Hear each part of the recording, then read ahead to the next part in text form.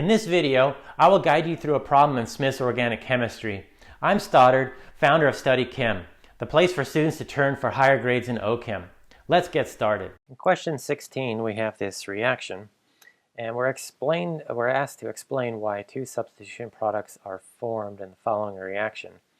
Don't be concerned that this reaction is not balanced. What we're trying to show by this kind of a reaction or a scheme is that we form a reaction mixture of these two different products. And you probably are recognizing that this substitution reaction is SN1 because we have a non-nucleophile. We don't have hydroxide, we just have a solvent here that's water, and we have a secondary substituent, so that's going to be a good carbocation or relatively stable carbocation. So let's work through the curved arrow reaction mechanism to explain this. What you'll want to do here is draw the reaction intermediate.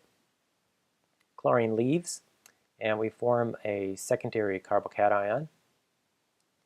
Okay, and what we want to do is think about, can this carbocation react with water? Can it do something else? Can it rearrange? And you should probably by now recognize that this is a secondary carbocation, okay, because the carbon is bonded to two other carbons. Next door we have a tertiary carbon with a tertiary hydrogen attached to it. So let's go ahead and take these bonding electrons along with the hydrogen and shift it over to give us, after the 1,2 hydride shift, okay, so this is a 1,2H shift.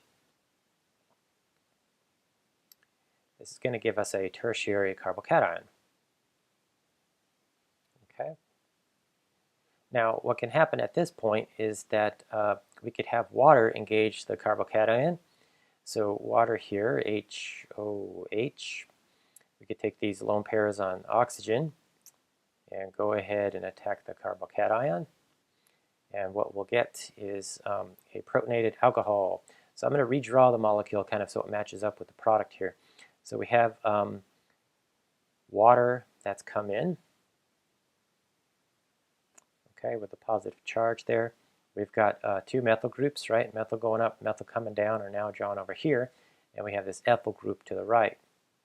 Okay, so there's our ethyl group. Now, what could happen here is that, again, we could have water come in and deprotonate the this oxonium intermediate here to give us the neutral alcohol. So if we deprotonate this protonated alcohol product, that's how we could show how the second product forms, okay, by this rearrangement. Okay, so this interesting tertiary alcohol forms from a secondary alkyl halide by rearrangement. That's a common pattern you want to look at. Starting from a secondary substrate, we get a tertiary product. There must be an intermediate involved that rearranges. Now, what can happen here is that the secondary carbocation, before it has a chance to rearrange, could react with water directly, okay, and I'll use green arrows for that. So another possibility is that water attacks, and this gives us an intermediate that would look like this. So we have a protonated alcohol, all right, and floating around we have water or chloride. Here I'm going to show how chloride could deprotonate to give you HCl. So let's show Cl minus here, picking up the proton, giving us the second product, the first product, I'm sorry.